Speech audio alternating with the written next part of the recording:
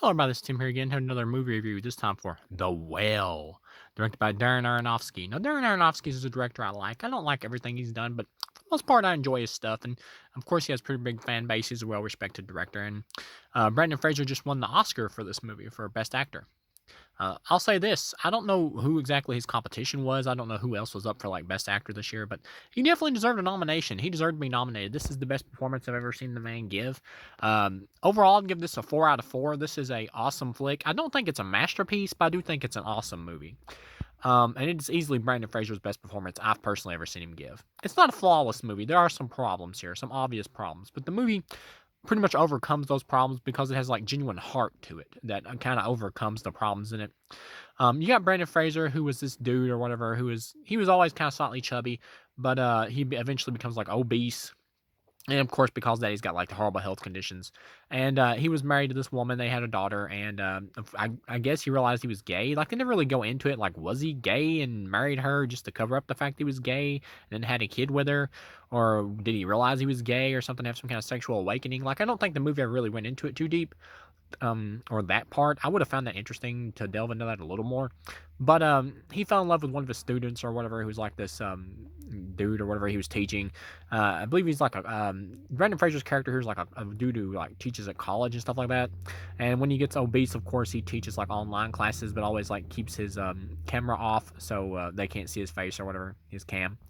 Um, and throughout the movie, he's pretty much dying because now that his lover has died, he's like pretty much dying of depression. And he wants to try to make things right with his daughter. You get that idea, obviously, because he knows he's pretty much going to croak. So he's not even trying to help himself. He has a bunch of money stored away in an account, but he's just saving that all so he can give it deliberately to his daughter. He doesn't care if he lives or dies, and you can tell he doesn't care. And there's this like Asian chick there who's like taking care of him and all that. And you find out later on in the movie that she's like she was the sister of the dude that he was like in love with, pretty much. So that was kind of an interesting twist. I like that being added in there. At first, I was like, "Who the fuck is this chick?"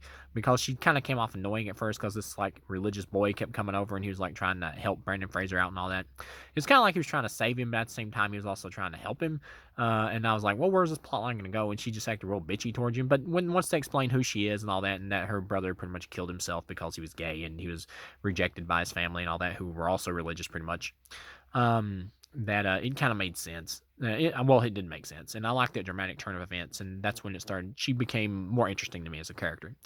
The dude who's like the religious boy in this or whatever, his acting is good, but his character could have been completely cut out. Like he's here only for the sole purpose of being a plot device for the daughter, because in the movie the daughter is like a total bitch, which is kind of a problem. But at the same, it's somewhat understandable because apparently we get told that she loved their father and all that, but we don't really see a lot of like flashbacks and stuff like that, or things from like her point of view where she was with her dad and all that kind of stuff. It's mostly just told to us. It's the show don't tell method here. Um, but she's like really like psychopathic, talking about and joking around like, I want to poison him and all that. Like she acts like a crazy bitch. Like I get why she would be depressed and kind of angry, but they do take her character to a point where she's like kind of psychotic acting, a little off the deep end. So yeah, they do push it a little too far. But at the same time, the actress who plays the daughter does well. It's just the way she's written. She's like kind of a little bit overly psychopathic, and that was kind of annoying at points. I'm like, shut the fuck up after a while. Like I get kind of why you would be mad. I mean, I get why you would be mad and all that, but I don't get why you're crazy. Why you're crazy acting. But the religious boy or dude or whatever here is basically here because eventually, like the daughter, like gets like information out of him or whatever about what he's really doing and how he like ran away from home and he's trying to save Brandon Fraser's character because he wants to do something good and all that. And he stole like money from his congregation and everything, and then he's out of it, and she like records the whole thing, sends it to his parents so she can make thing right between him and his parents, and that enables him to go back home. And that's just put there to show Brandon Fraser that his daughter's not really evil or whatever, because the mom like thinks she's evil and psychotic and crazy because apparently she acts like a huge bitch. So like her dad leaving wouldn't that alone would not make this chick like psychotic like the way she supposedly is with some of the stuff the mom names off that she's done in the movie. Like she's a real asshole. But they throw that the boy religious dude in here just specifically for that, so they can say that so they can have a point there to show that she does care about other people. She isn't really as bad as she they think she is. And that really only seems to be the dude's only function being here. Like that's what he ends up being, pretty much a plot device. Like I feel like you either do the story of the religious boy or whatever, who kind of reminds Brandon Fraser of his dead boyfriend and all that, his lover that he was in love with, um, because his lover was religious. So I feel like you either do that plot line where he's bonding with the boy, or you do the plot line where he's bonding with his daughter and trying to make things right. I don't really think you need both of those. And they could have written something in here another way to show that the daughter had inherent goodness in her and was a good person. Like they could have put that in here another way. They didn't really need this dude here. This is based off a book. Maybe he's part of the book. I don't know, but he felt really extraneous here. You just didn't need him. Um, and I do like how he's like bonding with his daughter and stuff like that. Some of the like when his wife finally shows up or whatever, his ex-wife, and she's like talking to him about things and whatever about their relationship and their past. Like it's well acted, well done, well executed, well directed. But it is a little bit melodramatic. Some of the stuff or whatever. It's not the performances that are bad. It's just some of like the story here by itself is kind of melodramatic. And just the plot line basically of this movie itself being a drama about an overweight fat dude in his life or whatever isn't exactly the most gripping or interesting thing. Maybe if we would have seen it from strictly from Brandon Fraser's perspective and seen like the entire movie from that, like before he became obese and all that, I think that would have made it more interesting and more gripping at points.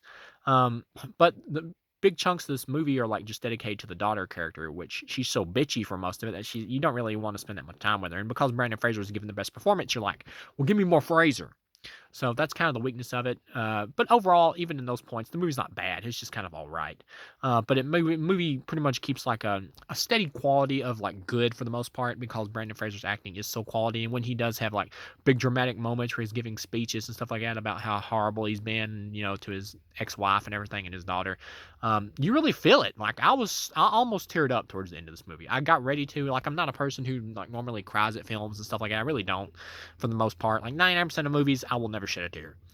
But this one I came close. Like when you got to the end and Brandon Fraser's acting was like so good with him and his daughter and the relationship between them or whatever, and and it was played so well between the two actors that I did almost tear up.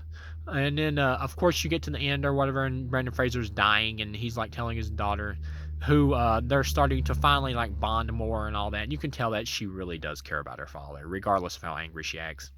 And he's like telling her to read this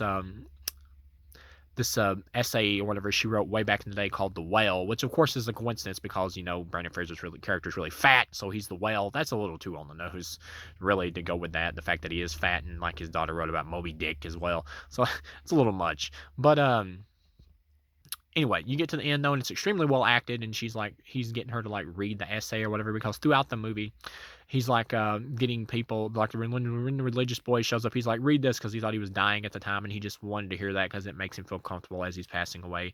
But he didn't pass away at that time, and he gets to the end, and he's like getting his daughter to read him her essay that she wrote back in the day, and she's like crying and everything because she doesn't want to be there to watch her dad pass away. You really feel that the actress did a good job, and so did Brandon Fraser. Um, and he's like finally going to get up and try to make his way towards her because he knows he's going to die, and he's like heading towards her, and right when he does, like when she's reading the poem or whatever, he looks up in there and he's like like a big deep breath or whatever, and then it cuts to like white, kind of like symbolism to show that he's ascended to the afterlife. And it shows like his last memory or whatever of him like on the beach with his daughter, which was really emotional, really sad. So yeah, that ending definitely very gripping. You do get the idea, obviously, that he died at the end, making his way to his daughter at the end, and at least he somewhat patched things up with his daughter at the end, so he gets to go out on a happy note in his life, despite the fact that he messed up. And so that's what we would all like to do, try to make things better, or that we fucked up with the most in life, but when it's our time to go. But yeah, overall, because of that ending and how gripping and powerful it was, I'd give this movie a 4 out of 4. Before that, if it wasn't for how impactful the final of this movie was, I'd probably given it a 3. It still wouldn't have been bad, but it just would have been good. Overall, this is an awesome drama about an overweight man and his death, pretty much. That's pretty much what it is. It is a sad movie because of that.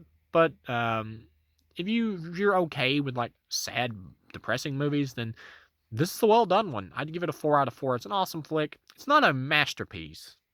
I don't think it's quite as good as like the people who really talking about it online have like said that it is. I don't think this is a masterpiece. I don't even think this is like in Darren Aronofsky's like top 5 movies really, or top 4. But it is an awesome flick. But yeah, all in all, I'd give it a 4 out of 4. If you're into dramas and like character pieces like this, then you'll know what you're getting into, and you'll know whether or not you'll like this because it is a well done one. So yeah, I do highly recommend it if you're a fan of those types of movies. But if you're not, then you're not going to really be into this. But if you do like that kind of stuff, this is an extremely well acted one and for the most part well written. So thank you for watching, and I'll see you again.